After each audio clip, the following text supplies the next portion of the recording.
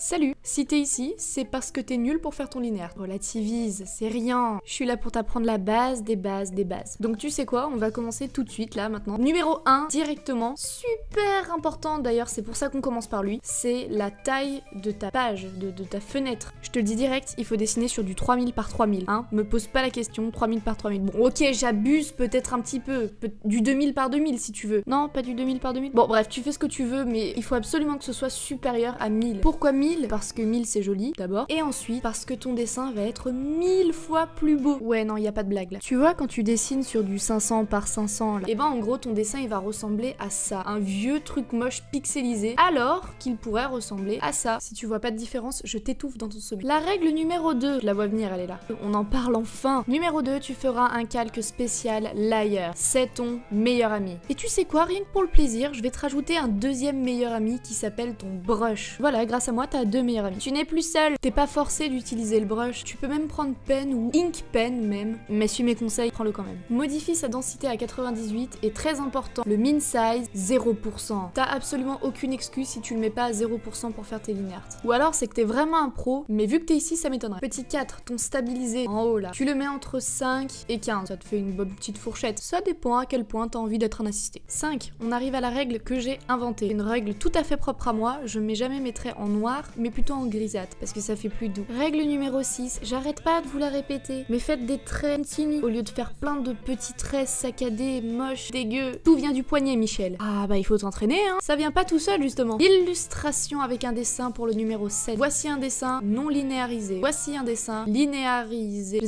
sais pas comment on dit, je sais pas. C'est brouillon, mais ça va regrouper les points essentiels que je veux que vous reteniez pour faire un line art. Line art. Premier point, fermez les trous. Stop, je sais à quoi tu penses. Sans déconner, essayez de terminer votre line art. N'oubliez pas que dans les petits recoins, tu peux faire des petites ombres qui vont venir apporter de la profondeur à ton dessin. Les détails, on arrête d'en parler, hein, parce que j'en ai suffisamment évoqué le thème. Et n'oublie pas de gommer les traits qui sont en surplus. Dernière chose, plus ton trait est épais, plus ça donne de matière à la chose que tu as épaissie. Je m'explique, j'ai représenté 2 cuisses, 4 du coup, voilà, je sais pas compter. Celle avec les traits plus marqués, on dirait que c'est des cuisses plus musclées ou du moins plus bombées. Après, que tu dessines à la main ou au curve, et ben je m'en bats les steaks complètement, tu fais ce que tu veux. Ça y est, c'est la fin, t'es arrivé jusqu'au bout. Génial. Je referai certainement un live parce que ça m'a bien plu et j'ai mieux configuré mon logiciel. Voilà, je mets le Discord dans la description et puis passez une bonne fin de journée, une bonne soirée, une bonne matinée.